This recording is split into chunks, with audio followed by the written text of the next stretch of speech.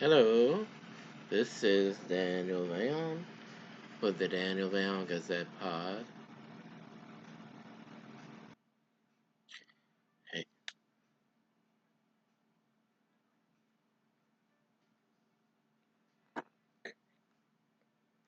I'm going to take this time to let y'all know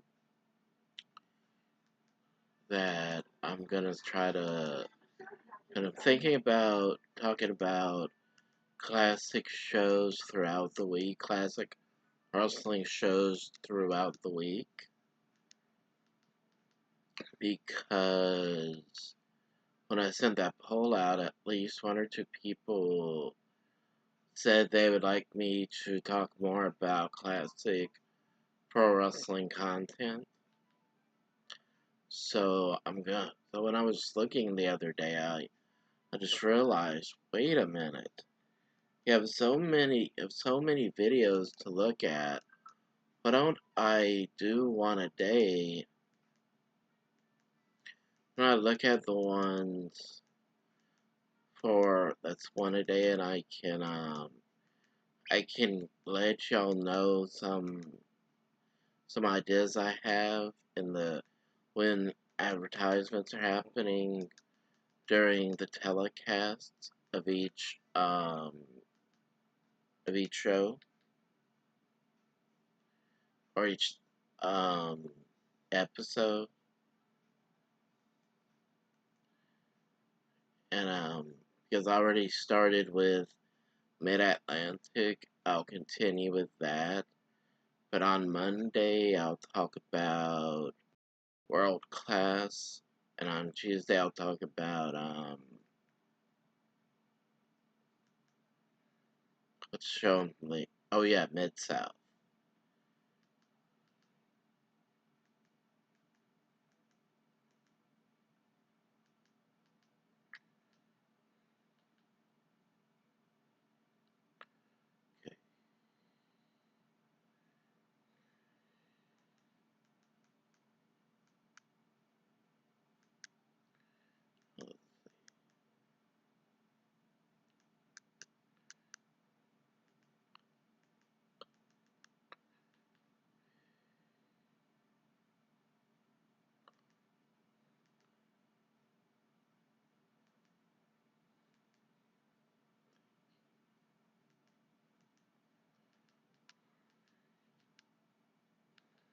So this episode is sorry it's a day late.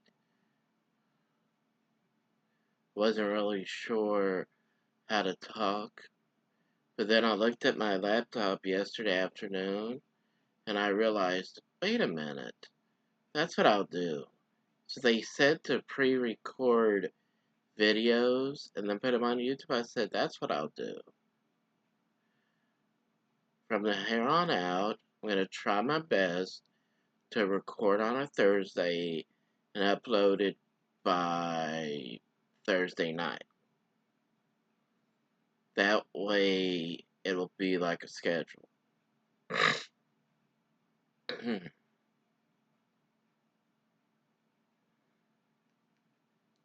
This episode that I'm looking at is Mid Atlantic, November 21st, 1981.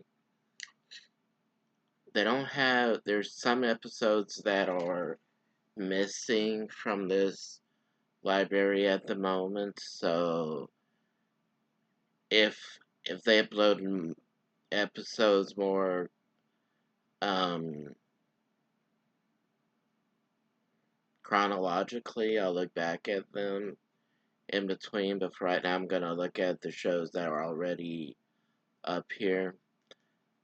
So they're back to using a microphone in this episode instead of the headset they were using the week before.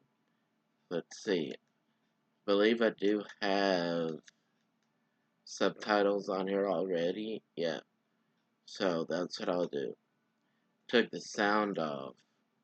So I'll just press play.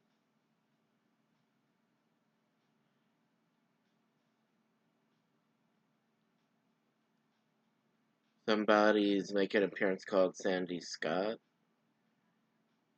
and he just came in a suit and reading glasses, shaking the hand of not David Crockett, but David Crockett's broadcast partner, Bob Caudle.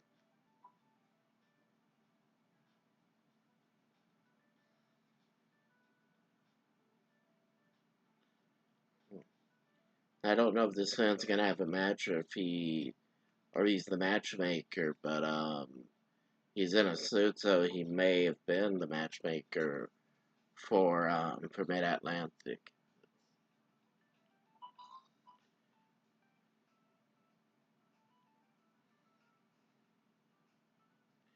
Oh yeah, he's the matchmaker for the NWA.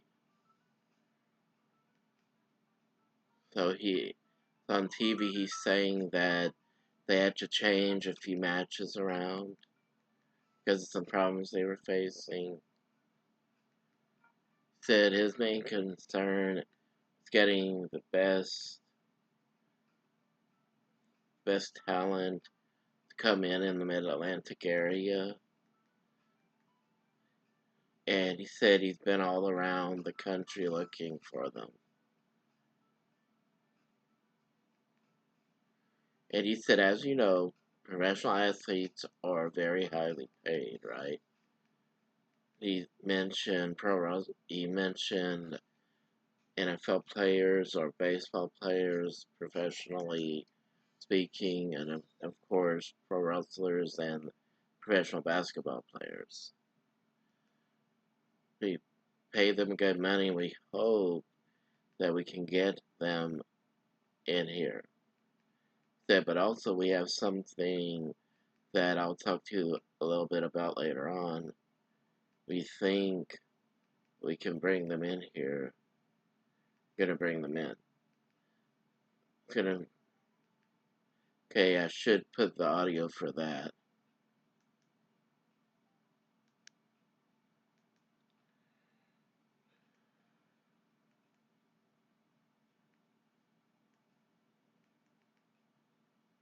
Special NWA representative matchmaker Sandy, you're finding some problems around, right? Yes, we have several problems around that we're looking into and hoping to find a settlement for them very soon. There were problems. Let me start from the beginning. He said they were hoping to find a settlement to those problems soon. But my main concern right now is getting the best talent that we can in the Mid-Atlantic area. Best talent that they can. That's what his main concern was. Let's see. You're looking for. And as you know, professional athletes are very highly paid. Your football players, your wrestlers, your baseball players. He was talking about all the different athletes you can get that are highly paid, professionally speaking. And we have offered them good money. And he said the people that he has come in contact with, they've offered them good money to come in there and wrestle. We can get them in here, but also we have something that I'll talk to you a little later on about that we think that we can bring them in here. That's going to bring them in. So that's going to be a special incentive, right?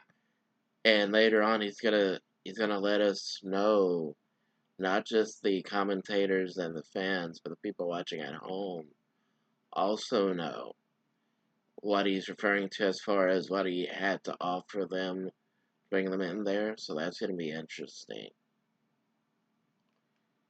It is. All right, and we're anxious to find out about that. And Sandy, thank you. We'll find out about that a little later on. Right now, David, what about some of the great matches and some of the songs? You got Jay Youngblood, he's here, Sergeant Slaughter. Roddy Piper's going to be around. And there's plenty more. Jimmy Valiant, Ricky Steamboat, yes. Jake Roberts. Yes. And it just keeps going on and on. We've got a match in the ring. It's going to be an exciting match. That's right. All right, man, let's go to the ring now and the introduction for our opening match. This match, one fall now with a 10-minute time limit. Our opponents in the ring, first from Georgia at 260 pounds, here is Ricky Harris. Ricky Harris is the first man that Bob Caudle introduces to the audience. And then he said that his opponent, I believe, is Jay Youngblood. His opponent across the ring from New Mexico, 230 pounds, Jay Youngblood. First of all, 10-minute time limit. We'll be ready. We'll have action right after we take this brief timeout.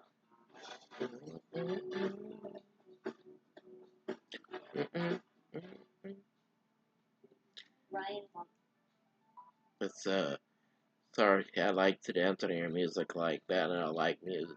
When I like the music that's playing, I dance like that.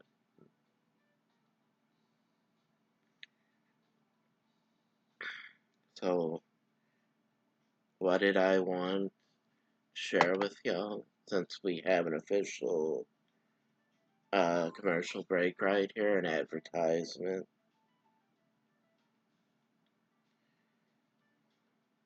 is just say this. There are a lot of things that I'm not really certain about. The one thing I am certain about is every time I've acted in a play or something, I've always loved it. So being on the being in the being on the stage of wrestling, whether it's outside the ring as a manager or at the announce table or interviewing people, anything like that that's considered performance, that's what I'm really interested in. So, although at this moment in time I don't know how I can do it, but I do know is I can go to a traditional training school and I can learn the right way to become a manager or something like that.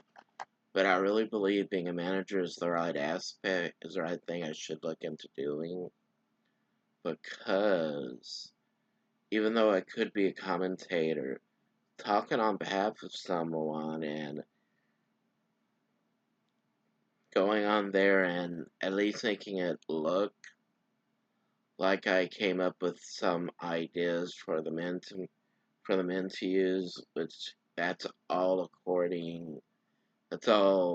leaving it to the fans' imagination. We really, at this moment in time, I don't know what to expect. All I know is that if I give 110% of an effort, I'll get back what I give in. So, at this point in time, all I can say is that I want to be a manager, and I even know how I want to come out to the ring. I really don't have actual music or an actual song in mind yet, but what I do know is how I want the entrance to go. Because the microphones are live, I want to be able to carry a microphone so that when the crowd looks at me the and the camera centers on me, I can speak and people can hear me. But outside of that, how I want to make an entrance is to stand far away from where the fireworks are and just let the fireworks play out.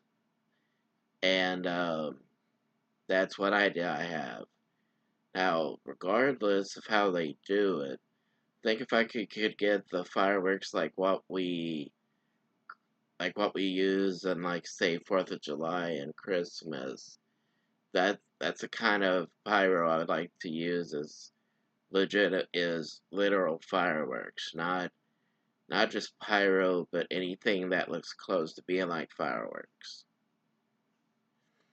Now, because my middle name means happy, I would, just like I put that, Daniel Asher Valiant is my full name, as I believe I've said before. I put that first, and it's Asher, then I put my first name last, and it's Daniel. So, Asher Daniel. Because my name means happy, and blessed, I believe. Yeah, happy and blessed. because Asher means happy and blessed, I'll, I I would want to come out with a heart over my forehead and a smile painted on my face. Just the entire idea is that I'm supposed to be happy and I'm supposed to make others happy too. So I would ask people how their night is going and if how their day has been going, and I just want to remind them how being in a wrestling event, whether it's for yourself or whether it's for your family, because your kids might like it more than you do sometimes. But regardless of that, the reason for being there is to take your mind off of your troubles.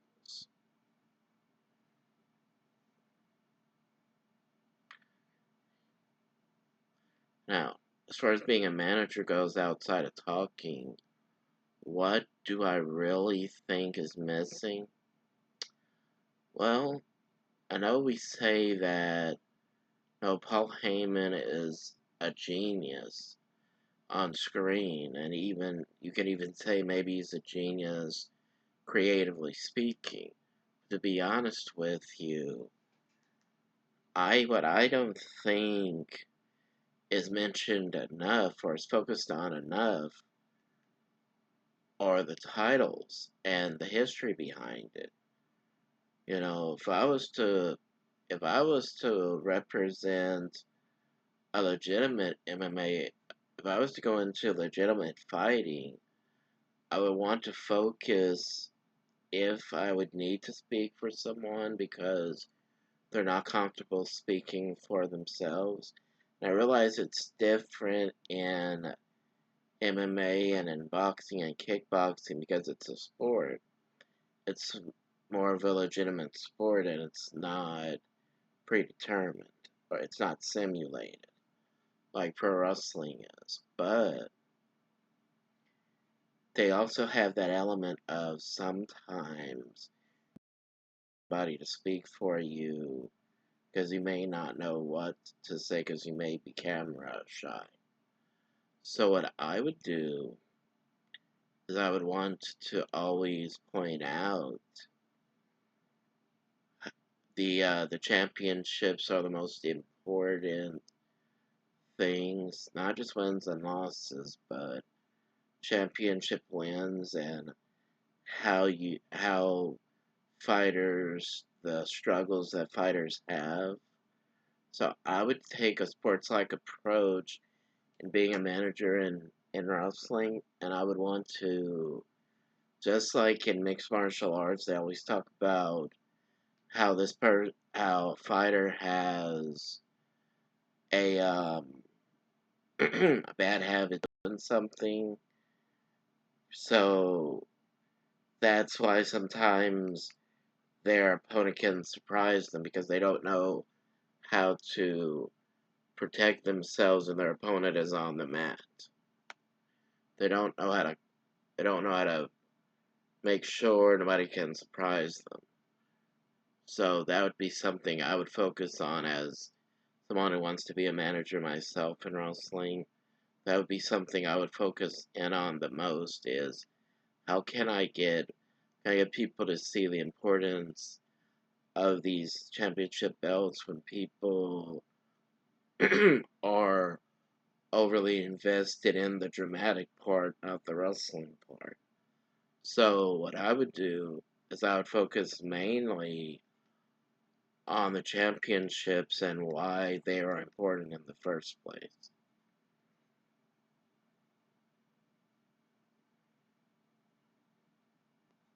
Now that I got that out of the way, let me talk about this match right here. Clean break by Jay Youngblood against Ricky Harris. Looks like they're going for the old school test of strength here. Jay Youngblood gets out of it right away with a drop kick. Release arm drag. Another release arm drag to Harris. Harris is keeping his distance, getting in his corner, telling him, hold on, hold on. See. Lock up, side headlock by Youngblood. Harris gets him in the ropes. Irish whip by Harris. Shoulder block takes down Harris. Chop by Youngblood takes down Harris. Side headlock take down. Let's see.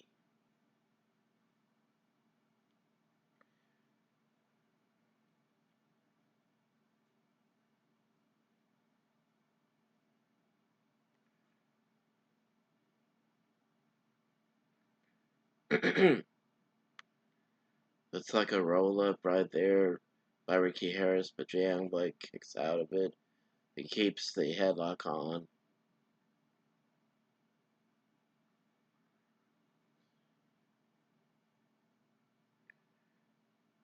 Then Irish whip runs over Harris' back. Then he drop kicks him again. Side headlock takedown.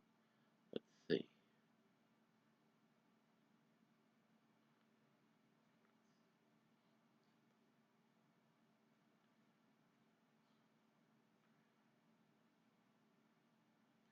I think he's going after Youngblood's hair here, but Youngblood's making him have to let go of it. Let's see.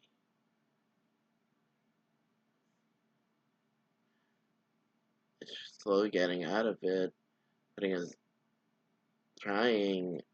Okay, Youngblood gets out of whatever that hold attempt was. Ricky had to put his right shoulder up to break that count by the referee.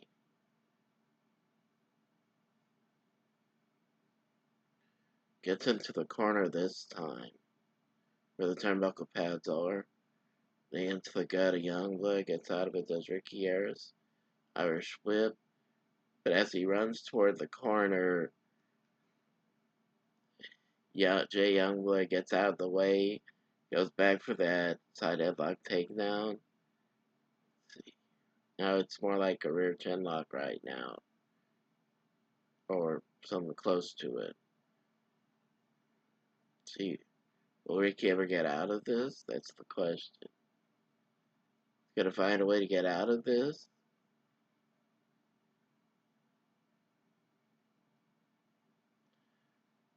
I don't think he's gonna get out of this. Jay's continuously blocking his attempts to change this on him, so I think he's going to be able to get out of this unless he gets to his feet and gets him in the corner again, in the ropes again. Irish whip, run, hip toss this time by Ricky Harris. Misses that elbow though. That headlock takedown by Youngblood.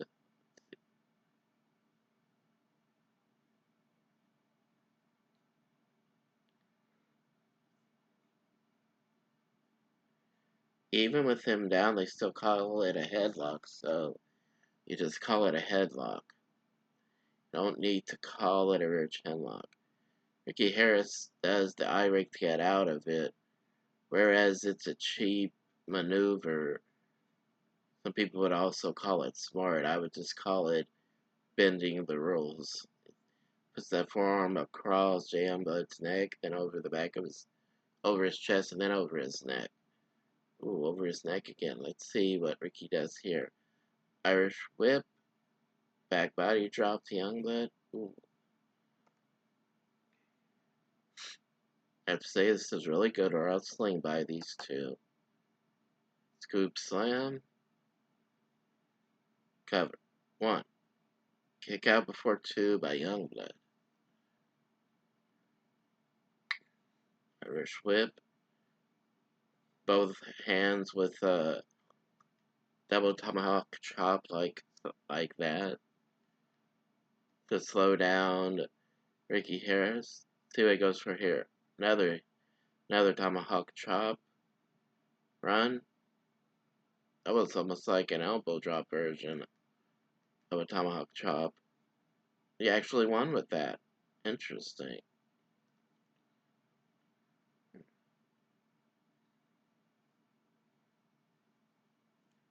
Show replay of the finish. or what led to the finish anyway.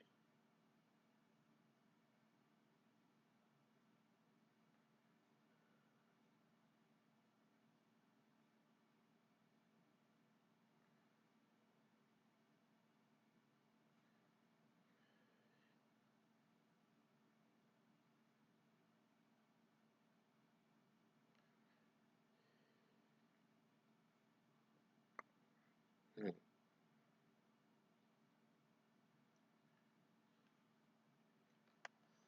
So what can I say that'd be different?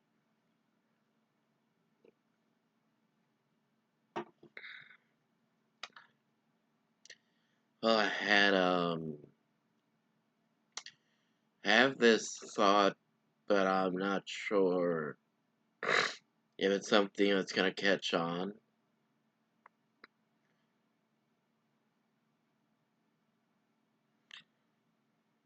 So this the simple answer to that question would be I've often thought why don't why don't managers get a championship themselves when their clients win a championship? Because in legitimate sports, coaches win a championship ring along with the team they coach. So I thought, well, why don't you offer a belt for the manager too, or a ring or something, so that they win a prize themselves like a coach does. Sergeant Slaughter is actually wearing the United States heavyweight title in the middle of an interview, and he brings back this recruit that he met the week before. So this can be interesting. Just see what happens after this scene.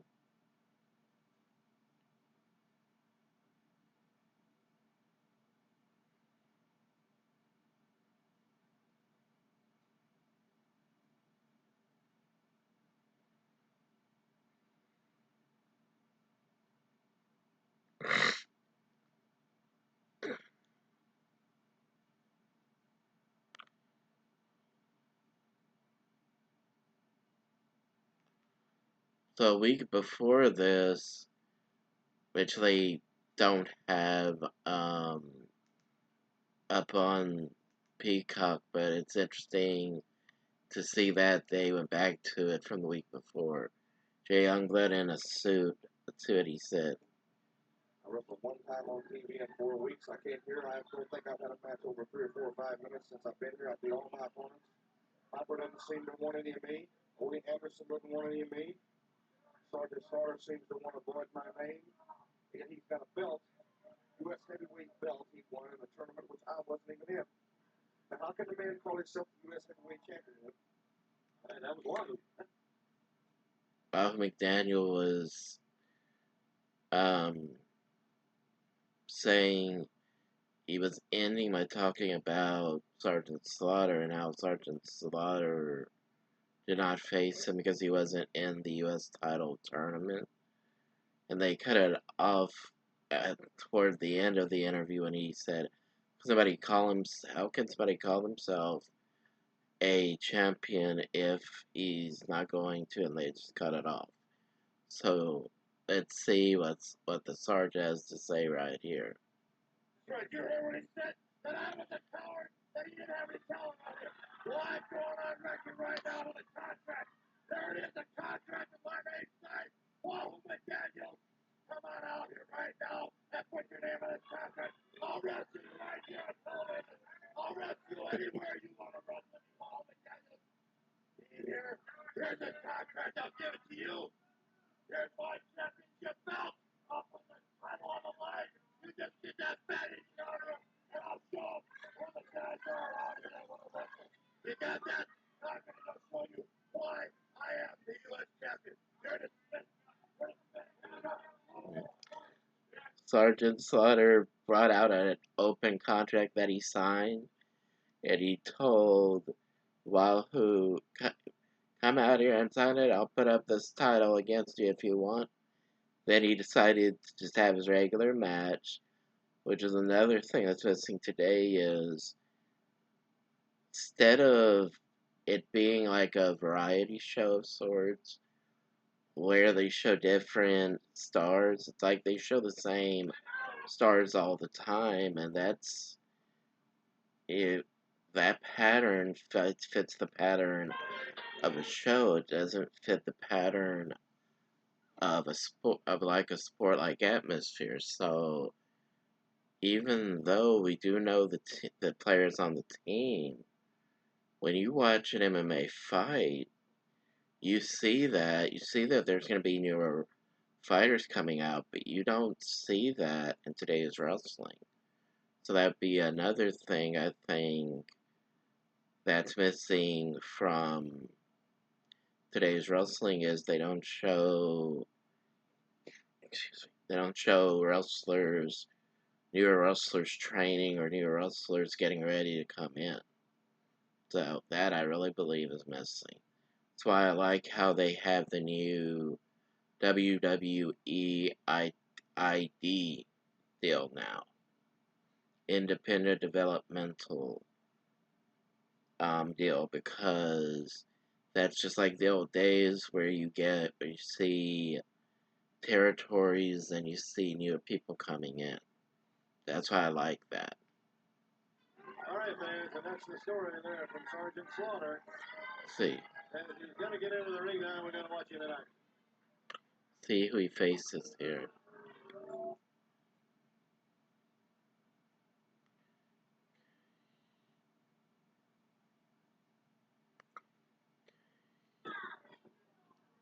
All right, fans, the U.S. champ, Sergeant Slaughter against Ken Hall. So his opponent's name is Ken Hall. Welcome the second time baselock takedown by the sergeant. He won't let go either. He's giving Ken everything he can handle and more, if I can say that. Was got a pin attempt here on Ken. Finally lets Ken up, let's see. He goes straight into the knee, into the gut attack. Irish whip. Ooh, like always. Feel like he's going for an Irish whip, but as he's got him in the ropes, he comes with the knee into his gut the second time. Let's see. Ooh, kick that time. Gutbuster. Ooh. Picks him up. Backbreaker.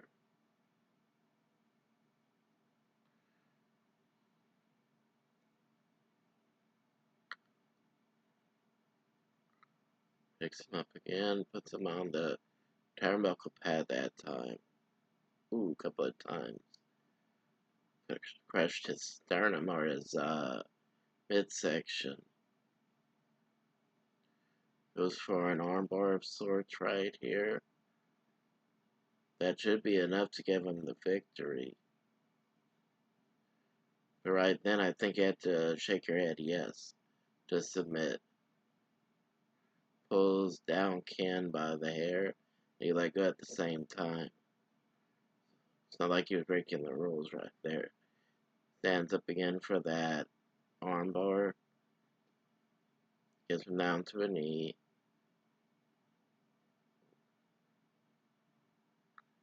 Ooh, elbow over the... Looked like that was close to the bicep and the pectoral muscle together. Puts him in a hammerlock, throws him into the turnbuckle pad. Ooh. Irish whip, clothesline.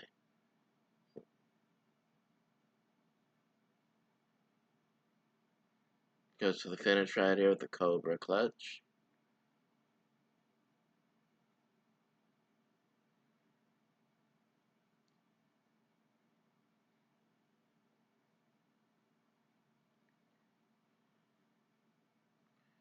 wins it by submission.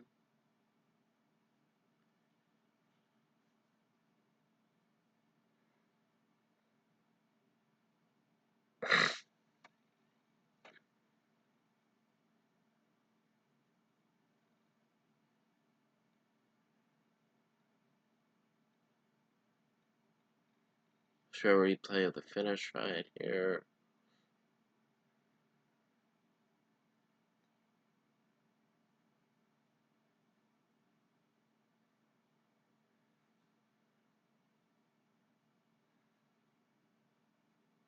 Somebody is promoting an event. It's going to be in Roanoke, Virginia.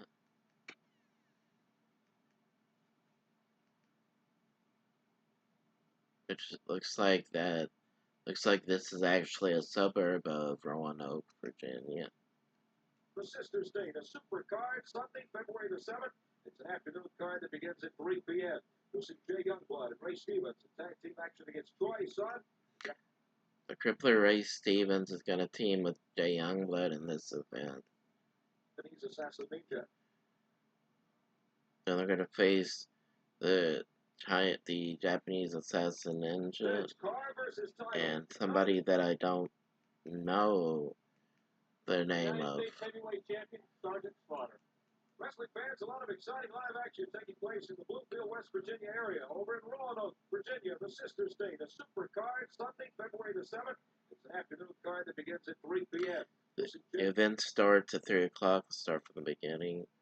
Jay Youngblood and Crippler Ray Stevens team up to go against Troy Son and the Japanese Assassin Ninja. No disqualification. And there's a car versus title no disqualification match between handsome Jimmy Valiant and the Russian Bear Ivan Koloff. Let's see. After this title, you give up your Cadillac for this title. Last time I was there, you accused me of getting disqualified intentionally to save my belt. That wasn't against the belt. I just got carried away a little bit too much because I enjoyed beating on you so much. But the referee couldn't stand it anymore. Now he's threatening to fine me, to suspend me. Instead, I said I have to come back now. And no disqualification match against him, Jimmy Valiant. And same stipulation. He said my belt is still up. I don't know why. I have to put up my belt. He's still willing to put his Cadillac up. And you're going to lose your Cadillac. Valiant, boogeyman, all-American. Everybody looks up to you. You know the nations around the world are feeling the torment and what the aggression of Russia, my country, is doing upon them. When we want something, we simply go out and take it. And when we get it, we intend on keeping it, no matter what opposition we come up against. What you want?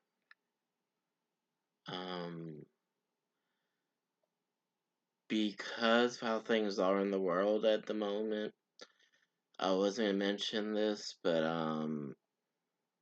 because this is Ivan Koloff and he's nicknamed the Russian Bear, I have to say that I won't have any strikes on this talking about Russia, so I'm not going to talk about the country of Russia or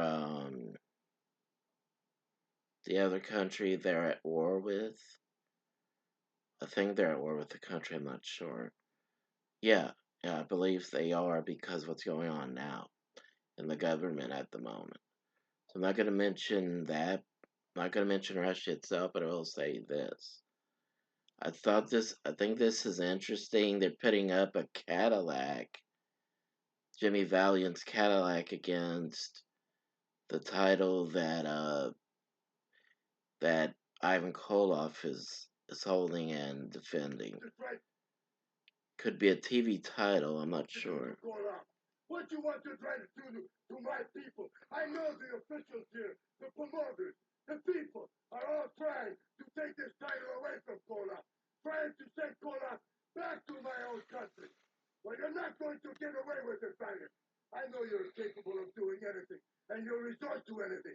And it seems to me that you have no feeling. I beat on your head, I kick you, I punch you, and you still get up. But this time, no disqualification in Roanoke. Roanoke on February the 7th at 3 p.m. So I don't care if it takes all night. They cannot disqualify me. I can beat on you, run your head into the post, destroy you Americans. You hear what I'm saying? Anything to keep my belt. Then I'm going to go out and watch this Ric Flair keep his belt against this Mulligan Jr. That in another match that Ivan Koloff just did a free promotion for, so to speak, was Ric Flair defending the NWA title, I think it was, against Blackjack Mulligan Jr., also known as Barry Windham. That's interesting.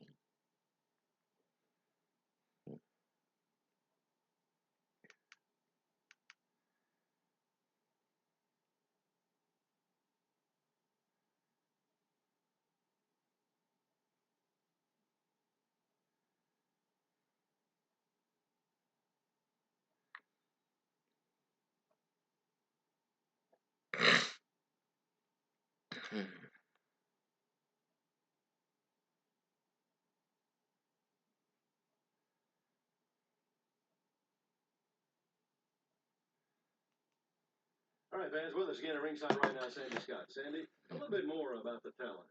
Well, as I said, we've traveled all over, and we looked at all the top talent in the country.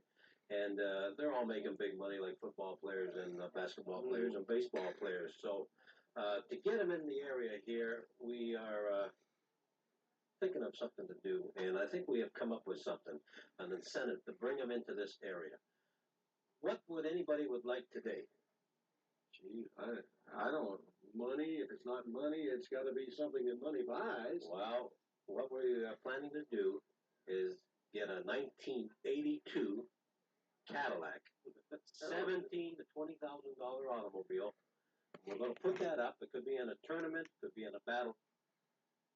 You're putting up a Cadillac to try to get newer stars or newer people come into the area, either in a battle royal or a tournament. Royal, it could be in anything. And we're sure that we're going to get And they said anything, actually, it could be in. That's really interesting to find out. Hopefully, find out in the coming episodes. And one of the big names that we got coming in is Tommy Rich. Let's take a look at him right now. All right, I'd like to see. So this was one of the first times they showed Tommy Rich. Interesting. See Tommy Rich, and we got a tape of him, I believe, haven't we, Sandy? So let's see Tommy Rich on this tape.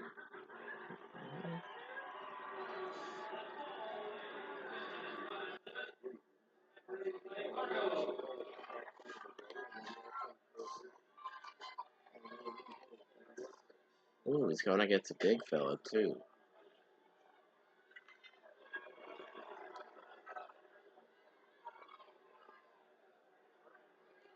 Irish flip, reversal by Tommy. Hip toss. See. Looking good in the early goings. Irish flip. Comes over the back of his opponent. That's body press. One. Kick out after two. I think that's Sonny Fargo doing the reffing. Let's see. Okay, breaks before one. Okay. Drop toe hold by Wildfire Tommy Rich from face lock.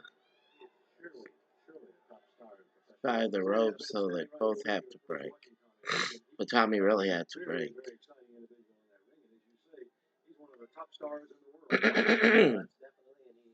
Going for a test of strength here. When we put this Cadillac up, it's going to bring them down here. I think that's going to bring everybody down, wouldn't you think? Oh, yeah. It was like a knee lift by his opponent. Like you say, a lot of money that automobile gets into the gut this time. That means so much. Kick into the gut. Okay. Sends Tommy down to both of his knees. Single leg takedown.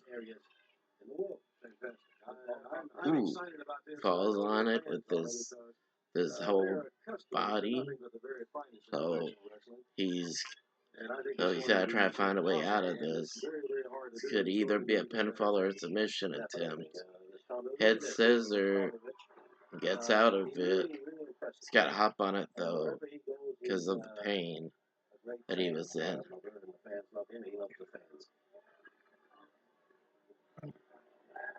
Lock up.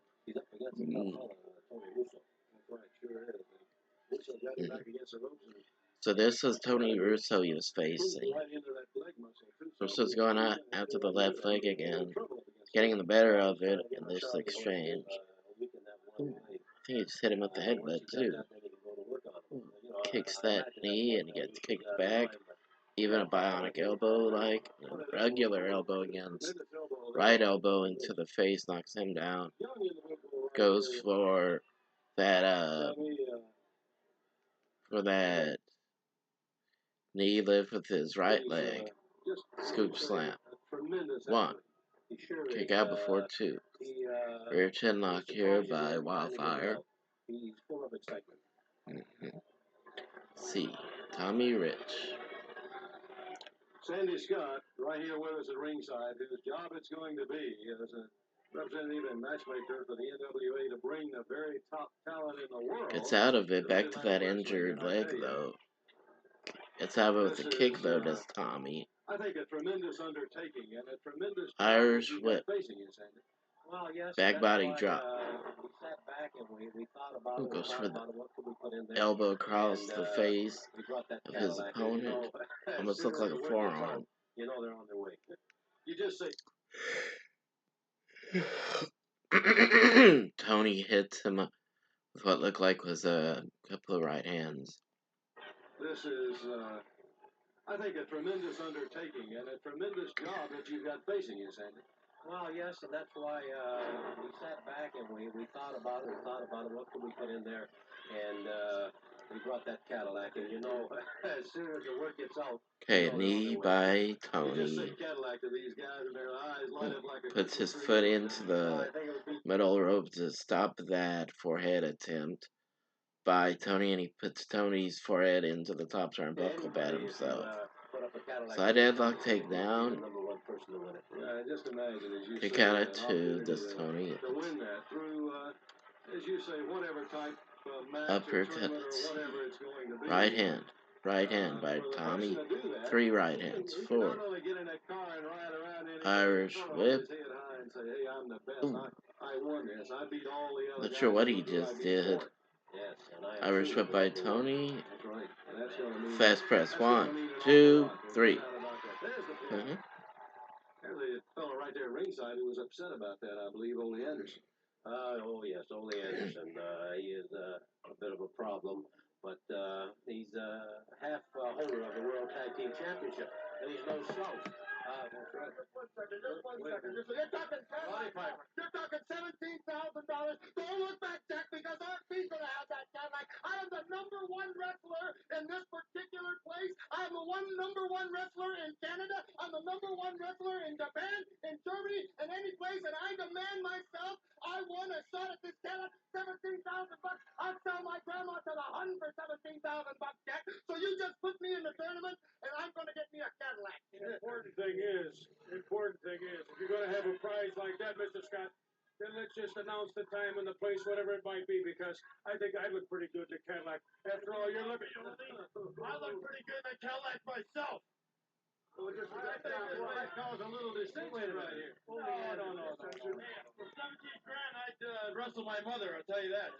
Ole Anderson, truly #1, half holder of the World Tag Team Championship belt.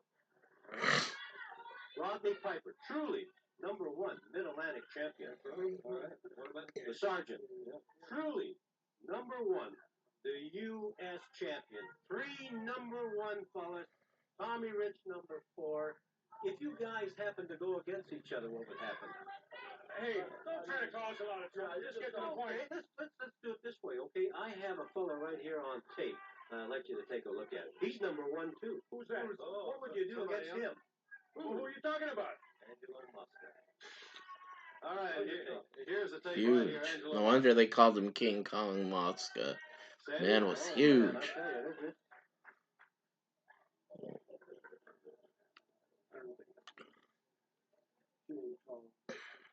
He is a tough, rough, mean-looking individual, this Angelo Mosca. He is big, 300 pounds or over. Tough. Very, very, if any that I know of, defeats. And how would you like to see him with Ole Anderson? Another thing we don't see a lot is when you pick your opponent up by their back of their tights and you hit them almost like your forearm. You don't see that a lot. That was a maneuver I just saw from Angelo Mosca. Look how big this Mosca is. He's tough, but so am I. What about it? Look at the guy he's wrestling. Captain Lou Albano's on the outside. At least that's what he looks like. He looks like Captain Lou. I'll wrestle Mosca for that Cadillac. I don't care who I have to wrestle. I'll wrestle anybody. And what about you, Rodney? What about me? I'll tell you something. What's it, King Kong Mosca? Yeah, King Kong Mosca. Looks like King Kong got the strength of Pharaoh. Look at him. He's fighting a guy 40 pounds lighter than him, man. You want somebody to fight? You want to fight somebody for a Cadillac, Jack? You're talking 17 grand. All those folks in there, they ain't got 17 grand between the whole batch of them, Jack. I got me. I'm going to drive me one big Cadillac. Then again, that's why I'm Roddy Piper, isn't it? They sure have the confidence, don't they? They do. Listen, you know why I think? Because Mosca's not standing right here at the moment, Sandy. No, he's not. But how would you like to see all those guys in the ring at one time, where there could only be one winner driving out in a $17,000 to $20,000 1982 Cadillac? I tell you, I think it's tremendous, and I tell you, you're gonna have guys from all over the world just flocking in to win that Cadillac. No doubt about that. I'm thrilled to death about it, especially with these three guys just walking out like they did. And, Ole Anderson and Piper and the Sergeant and Mosca here. Man, I can't wait till I can get those guys all in the ring together. Before that occurs, I know that list is going to be at least a half mile along, too, of people that are going to be after that. Oh, I'm sure of it. Yeah, you had Piper, the Mid-Atlantic Heavyweight Champion, which was like the regional world title. I think I said that last week. You had the Sergeant Slaughter U.S. Champion, and you had Ole Anderson, one half of the World Tag Team Champions in the NWA Mid-Atlantic. So that's interesting. And they have Tommy Rich possibly being in this tournament for Cadillac and Angelo King Kong Mosca. That's gonna be interesting. That makes everything about this is interesting looking back at it. We'll be back. We'll have more ringside right after this. Dun dun dun dun. When you see what it's really like.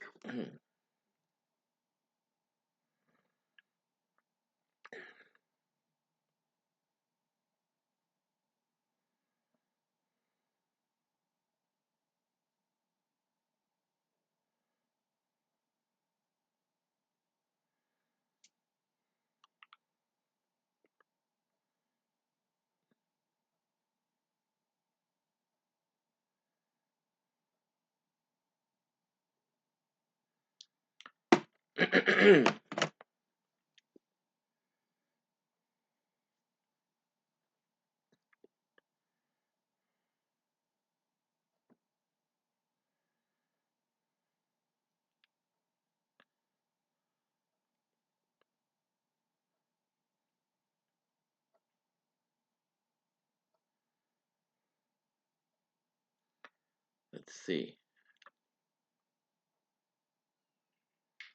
Here's Steamboat and Youngblood. Let's see. They're gonna be talking about something or someone. You know, I couldn't help but overhear this 320-pound man, Sergeant Slaughter, bragging about how good he is and how great of a U.S. champion he is. Well, it so happens that he has an open contract. This is it right here, Bob. Yeah, that's right. That's what he left. Well, I'll tell you what. I would be more than happy, Sergeant Slaughter, to put my name on this contract to wrestle you for your U.S. title, my friend. Anytime, anywhere. All right, Rick. Of course, I know you. Youngblood's statement was that he would be more than happy to sign that open contract to go against Sergeant Slaughter for the United States heavyweight title anytime, any place. Let's see what Ricky has to say right here. Ricky Steamboat, that is. You and Jake, you had to hear about what may be coming up. That of all of the people that we're going to see on Mid-Atlantic Wrestling, the new people that are going to be coming in, and what it's going to be like. And I tell you, it's been tough's not the word for it before, but it's going to be really tough now, Rick. Sure, they've got a lot of talent coming in, but I'll tell you honestly, Bob, I'm concentrating on one thing, one particular individual. He's got a belt, a Mid-Atlantic belt. His name's RP, Roddy Piper, and I don't know what I have to do, say, agitate him, make him embarrassed, or what, just to get a match with this man. The man that's going around telling everybody he's number one in the Mid-Atlantic area. Piper, all I want is a match with you. Let me use a phrase Jason used. Anytime, any place. The people have been writing in, signing letters, petitions, everything. They're behind me. And I'm going to need you even more. We've got to get this thing done and get it over with. I've got to get that match with Piper. All right. Yeah, that's all it needs is a few votes, man, to get this thing across. Ricky Steamboat said he wanted a match with Piper, but he just couldn't get it done. But the fans are right behind him, and that may be all it takes to get that match with Piper. Because as Steamboat said, he may need to embarrass him or aggravate him a little for it to be done. Well, you bring a petition up there with enough names on it. That's what it was. Said that they had brought a petition to go against Piper, and it looked like they're getting a bunch of names from the fans to sign it. So that's interesting too. Last time I heard of that was back when Chavo Guerrero Jr. joined TNA. He teamed up with Sean Hernandez to face. I'm trying to remember what his name was. Oh yeah, Kazarian and Chris Daniels for the TNA titles. And right away after they lost the titles to Chavo and Hernandez, they petitioned to face them again, and Chavo signed it automatically.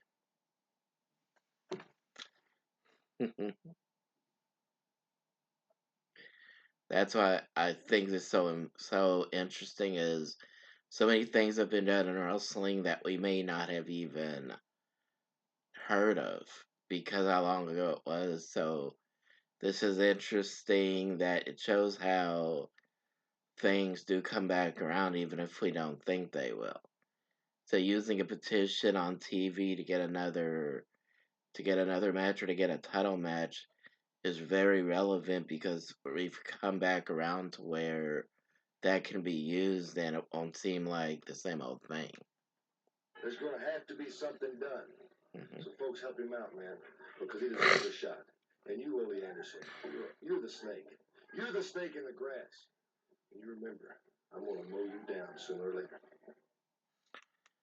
And Jake the Snake said to Ole Anderson, "You're the real snake in the grass. I'm going to mow you down one way or the other."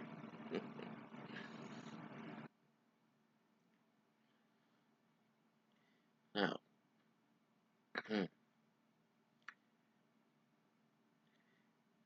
if people want to know why promos are so important, well, I don't know if anybody really cares about that like they used to, but the simple way of explaining a promo is just like when you look at a TV show or a movie, but especially a sitcom, and you always hear somebody say punchline. just like delivering a punchline. There is an art to it, and the art of delivering a punchline is usually has to do with some kind of irony, but an inside joke is when you mention something that happened in real life and use it as a joke on screen.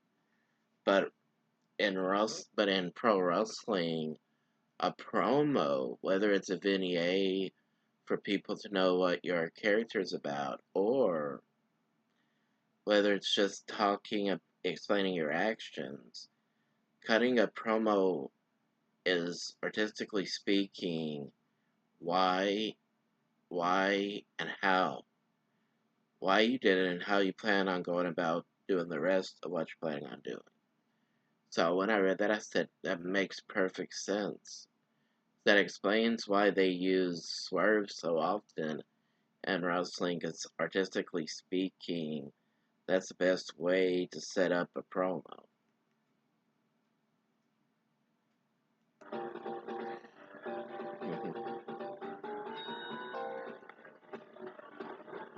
I think this is a video previewing Jimmy Valiant.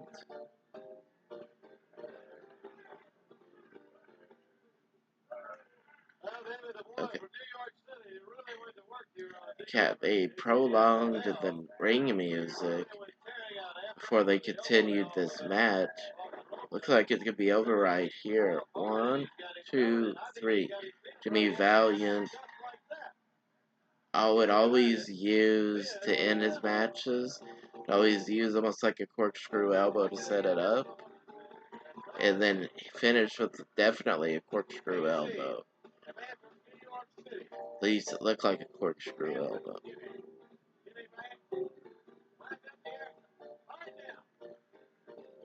Okay, maybe not a corkscrew elbow, just a regular elbow. But it was a running elbow, and he would always win with that.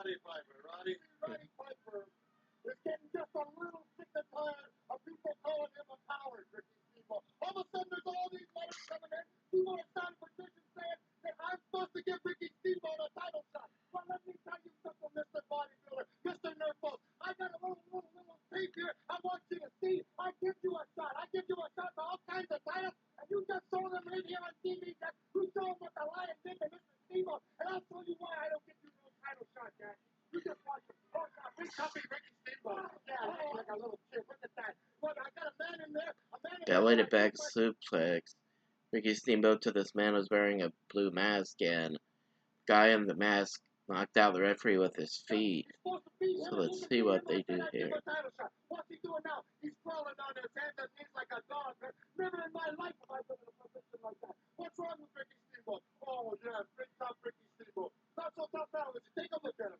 He's so tough now? No, not right at this moment. Not right at this moment. Isn't that interesting? The match is not over, though. Yeah, but you haven't been watching now, have you, Mr. Colonel? All of a sudden, Ricky Steamboat's so powerful. One shot. That's all it takes. Yeah, look at this. What does that say there? 1. What does that say? 2. What does that say? 3. 2. There was only one person. The point of what Piper was doing, because in the middle of this, he knocked down Ricky Steamboat, covered him, just to embarrassingly pretend to cover him, and have his friend in the blue mask count to 3, all for him to say this. Covering Mr. Ricky Steamboat with my street clothes on, you see, Mr. Ricky Steamboat. I don't have to be stylish, Mr. Steamboat. I am stylish, Mr. Steamboat. You see now, I am the champ. I'll wrestle you in tag matches. I'll wrestle you tag matches. I'll wrestle you for anything but the title, Mr. Because you're going to have to earn it just like I did. You see, Mr. Steamboat, I don't have to impress you anymore. You have to impress me. That's why I'm the tagger I am. All right. He said, I'll wrestle you in any matches, tag matches, but you have to earn this title shot like I did. He said, that's why I'm the tiger around here. And that's it right here ringside from Roddy Piper.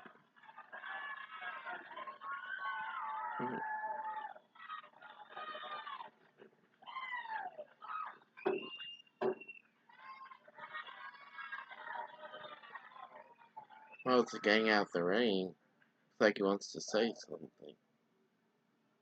Wrestling fans, a lot of exciting live action taking. Going back to this is another promotion for that event. This time it's Ricky Steamboat. Field area over the way to Roanoke, Virginia. You want to be on hand at the Civic Center there. Sunday, February the 7th. It's an afternoon card that begins at 3 p.m. with Jay Youngblood and this gentleman, Ray Stevens, take on. Ray Stevens and Jay Youngblood to talk about their upcoming tag team match in the Roanoke area in Virginia. Joy's son and the Japanese assassin Ninja.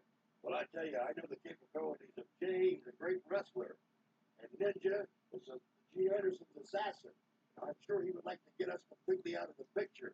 Let me tell you something, Gene Anderson and Ninja and this other fellow, I can't pronounce his name, sounds like a Chinese soup to me. And that's exactly what the two of you are going to look like when Jay and I get through with you. I'll tell you what, Ray said that he couldn't pronounce the Japanese Ninja's tag team partner's name, but it sounded like a soup to him. So he said that's what you and the Japanese Ninja are gonna look like when we're finished with you. about wrapped it up, the man's name is Choi's son, and I believe.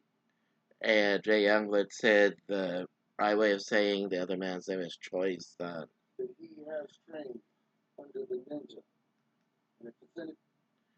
He said he believes they trained with each other. Actually, believes Japanese Ninja helped train Choi's son. He said if it's anything like the Ninja, we got our cut out for us. But everybody else knows exactly what I can do, and I know what you can do. So we'll take care of it. He said we have a work. After he said that, he said everybody knows what I can do. I know what you can do. So we're gonna take care of business. Pit fans also at Roanoke, Virginia Civic Center. Hence, Jimmy Valiant brings the Cadillac. Koloff. Up comes Jimmy Valiant in his street clothes and hat. Title, no disqualification. Yeah, that was the TV title, all right. Okay. Everything's on the line. That's it. This is it. Roanoke, the third and final time. There's got to be a winner, baby. Either I can pull off, I'm going to take your title, the TV title, or you're going to take the title for my 1982 $17,000 ride. This is it. No DQ. And I'm not talking about no Dairy Queen, baby. I'm talking about no disqualification. The 7th. Beat out. Beat out. The world's title time. Thanks your boy Ric Flair defending that belt against Blackjack Mulligan Jr. You know, I tell you, I've known Ric Flair since I was just before high school. That's been a long time. Ric Flair taught me a lot of things, a whole lot of things, not just about wrestling, but about life. I learned a lot of hard lessons by watching him and by him teaching me. But now, it comes out of business, Rick. All along, you taught me to do the best that you can in everything you do. And you proved it. You proved it to me because you have become the world heavyweight champion. I respect you. I have all the respect in the world for you. But now, like I said, business is business. It's me and you in the ring in Roanoke. Those people there have seen what I can do. Now, I'm going to have to show you what I can do. Teacher and pupil.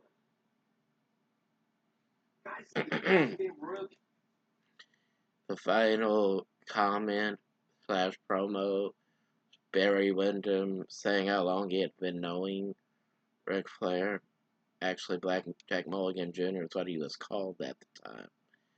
And he said he'd been knowing him since he was around going to high school. And he said he can't wait to show Ric Flair what he can do in the ring. Because that was a big part of what he said Ric Flair taught him about life and about the business itself.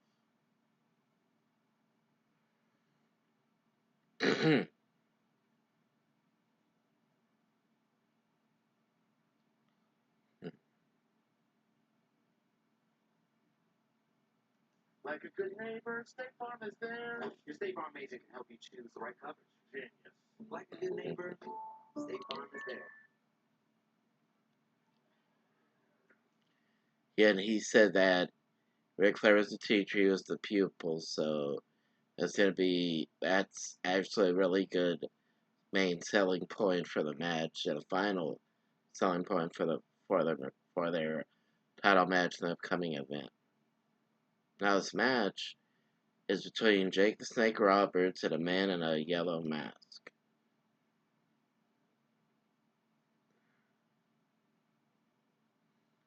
Oh yeah, the Grappler. I didn't see the star until now. That's actually the masked superstar and the Grappler against Ricky Steamboat and Jake the Snake Roberts.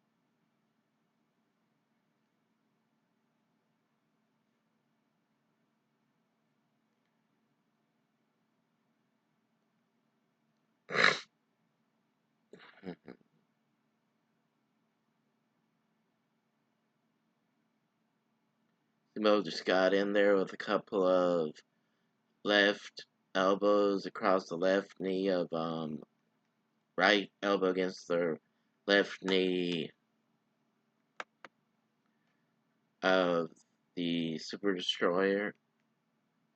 No, I think it's Super Destroyer.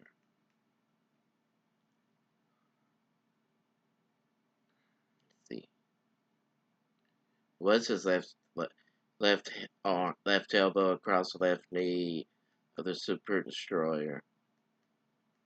Oh, Grappler actually. Hold on. So maybe the Super Destroyer in there. The Grappler was the first man in there. Jake Roberts was just tagged in, just like the Super Destroyer was tagged in. It goes after that left leg of the Super Destroyer or the assassin. I'm not sure who this is.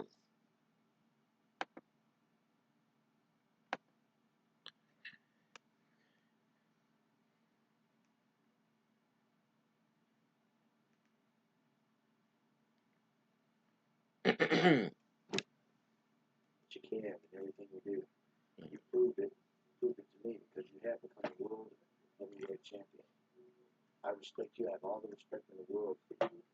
But now, like I said, business is business. It's me and you in the ring in Roanoke. People there have seen what I can do. Now, I'm going to have to show you what I can do. Teacher and pupil.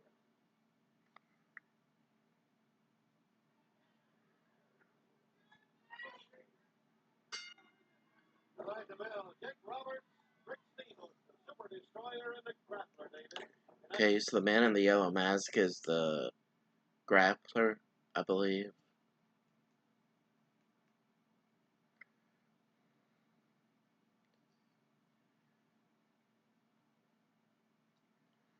All I really know about the Grappler is that he won the North American title here in Louisiana, my home state, for about 5 times he won the title.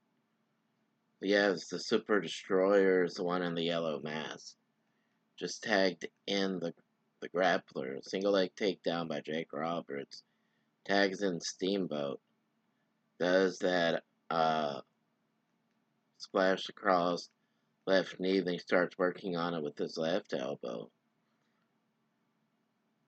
Gets kicked off by the Grappler.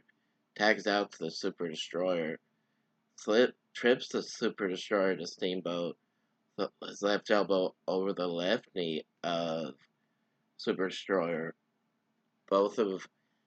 Jake used both of his legs to add to the pain to the leg of Super Destroyers of the Super Destroyer, excuse me.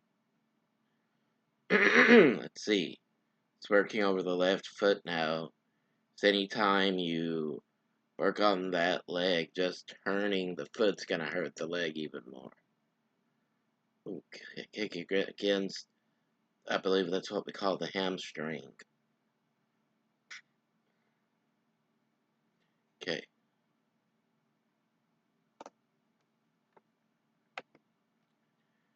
He tags back in Ricky Steamboat.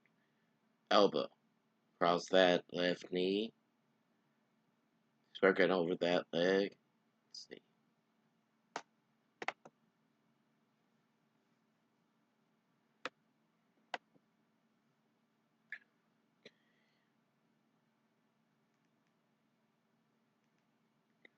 Right. I'm having some trouble right here.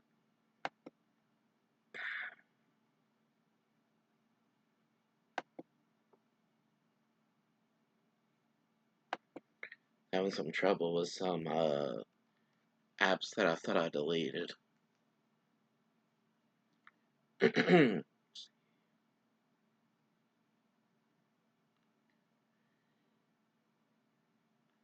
See how the superstar got out of this. I think he went for an eye rake. He got it too. Tags back in the grappler. First he puts Steamboat's forehead into the right knee of the grappler. Grappler comes in with, I believe, a right forearm. Another one. Over the back of Steamboat. Irish whip coming up. Duck that. What looked like to be a clothesline. Then a drop kick from Steamboat. Tags in Roberts. Roberts comes in. Scoop slam. Knee drop. Cover. One. Kick out. Front face lock by Roberts.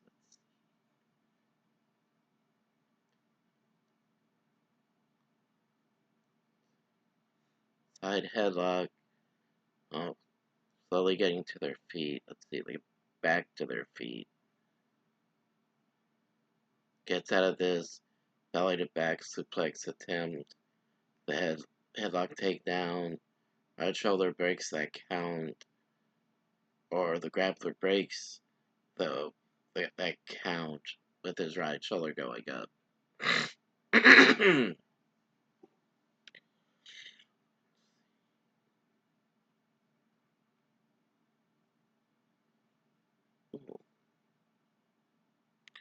was good. He bridged up to make sure he could stop the momentum of the grappler so they could keep pressure on that headlock.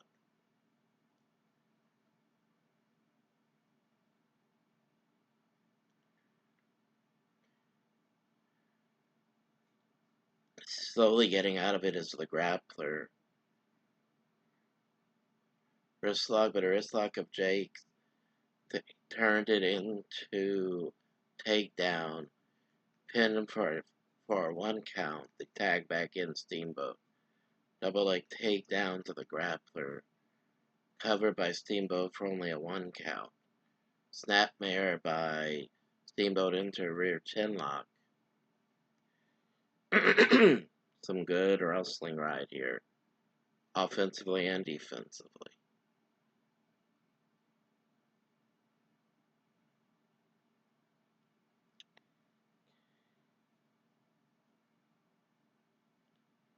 He's getting to his feet as the grappler. By the way, since I believe he already started using the DDT right here, did Steamboat, so did Jake Roberts. So that meant that not too long before this, the grappler helped him create the DDT by stepping on his feet here in Louisiana one night. Irish whip reversal by Steamboat to the famous sleeper hold that used to be the most popular maneuver to use to follow an Irish whip was the sleeper hold. So this at the time is just standard. Tags out the Super Destroyer. Comes in there with like a bionic elbow. Or bionic elbow. Steamboat, then an Irish whip. Another elbow to the forehead as Steamboat knocks him down. I think he did like 2 right hands into the throat of Steamboat. Gets hit most like a thrust or something by Steamboat. Let's see.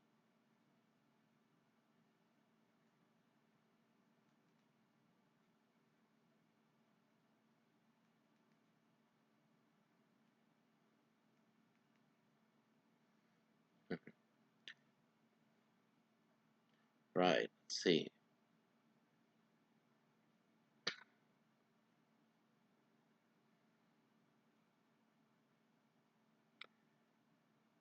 See, how did Steamboat get away?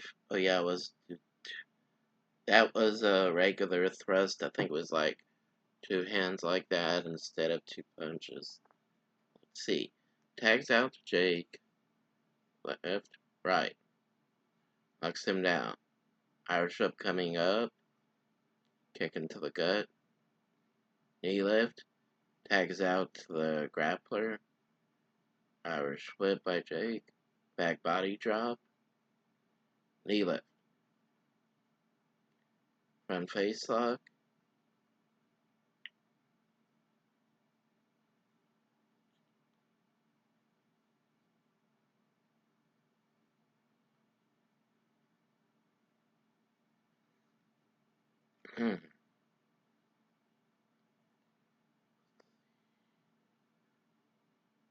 See who gets the advantage here. Okay, Irish whip by the grappler. Ooh, knee into the back of Jake by the grappler because Jake automatically, when he got to the ropes, he started hitting the Super Destroyer. Big mistake. So the Super Destroyer gets tagged in, starts hitting Jake with the rights one after the other. Picks his leg up so that he can pull Jake's forehead across his knee and kicks him in the face, then a right hand kicks him in the face as he's on the mat. Knee drop. Hooks the leg. Kick out by Jake. Ooh, I think that was a slap. But the Super Destroyer, so a slap by Jake in retaliation. I think he's got hit with the knee and a tag to the grappler by Super Destroyer, Irish whip to Jake. Jake gets picked up and he in midair, let go, and he's led to drop on the mat. Let's see. Cover leg 2, kick out by Jake, tag back out to the Super Destroyer, kicks him in the gut. Let's see. It's a bear hug by the Super Destroyer.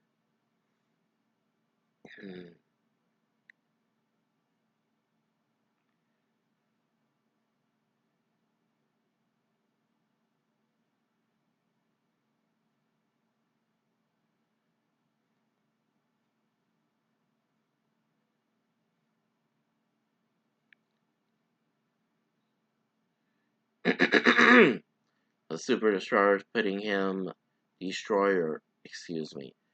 putting Jake across metal rope by his chest, and the rest of Jake's body's like that. So it goes, knee into the back of Jake, tags back in the grappler.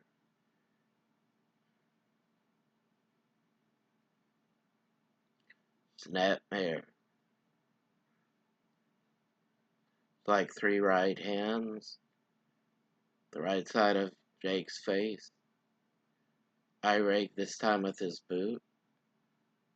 Single leg taken down by Jake. Tags out to the Super Destroyer. Does the grappler.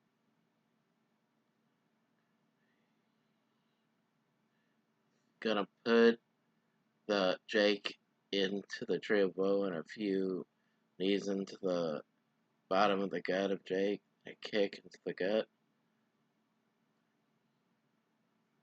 4 kicks.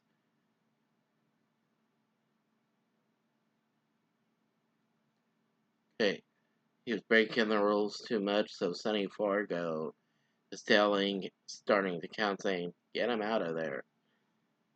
Goes back to that bear hug. He starts untying the mask. Usually, I thought that would stop the man, but it doesn't. What it does is made him go into the made him go in the corner to tag out to the grappler. Puts Jake's forehead into the mat ring turnbuckle mat a couple of times. Okay, kicks him a few times, hits Jake with an elbow. Okay, goes for an Irish whip coming up into the corner. Reversal by Jake. DDT. Piper's out there with Oli, I think, encouraging the grappler to get back up. As they're doing that, Jake makes the tag to Steamboat, moves out with a chop on the forehead, into the chest. Ooh, right hand and a chop to the Super Destroyer. Then he does one to the grappler, one to Super Destroyer, Irish whip to the grappler. I think that was like a uppercut, but thing there he won by disqualification. Yeah, that's definitely what happened. Because Piper pulled Steamboat out. Now that they're actually fighting in the ring, this should lead to a match down the line between these two. Right,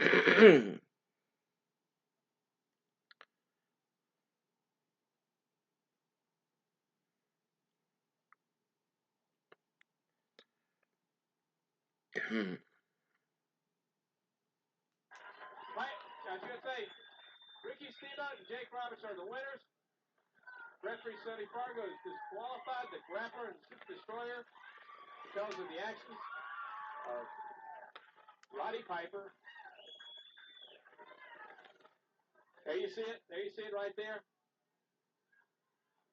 All the 4 men there. You see Jake Roberts out there with Ole Anderson, Ricky Steamboat, and Roddy Piper. And what a match this was.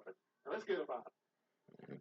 All right, Jake Roberts, Rick Steamboat. Rick, I know you're about out of breath. Roddy Piper was out here a little earlier, though, and he had a tape that he was showing. I got to hand it to you, Piper. You're a little smart. You cut out the majority of tape and only showed what you've done.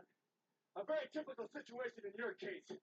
But with the help of the engineers here at TV, Bob, let's roll that film and show the people what really happened. All right, we're going to see the rest of it. Mhm. Here's the rest of that tape and what we did not see while Roddy Piper was out here.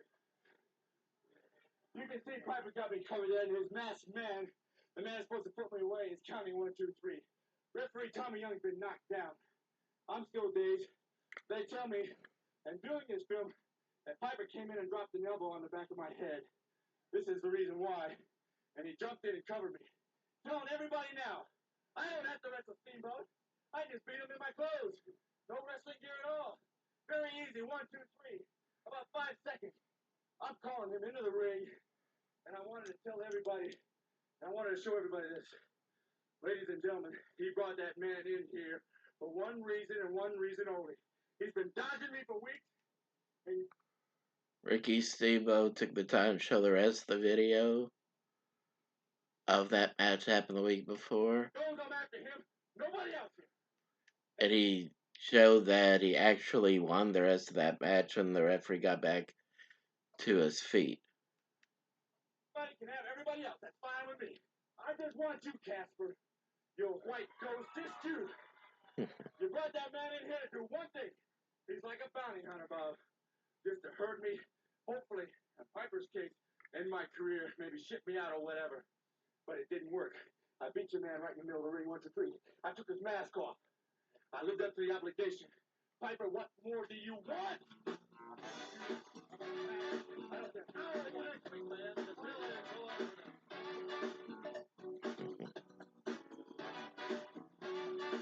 Oh, it's really a good way to end that episode. And yes, Ricky Steamboat asked Piper, "What more do you want? I want a match with you, one way or the other."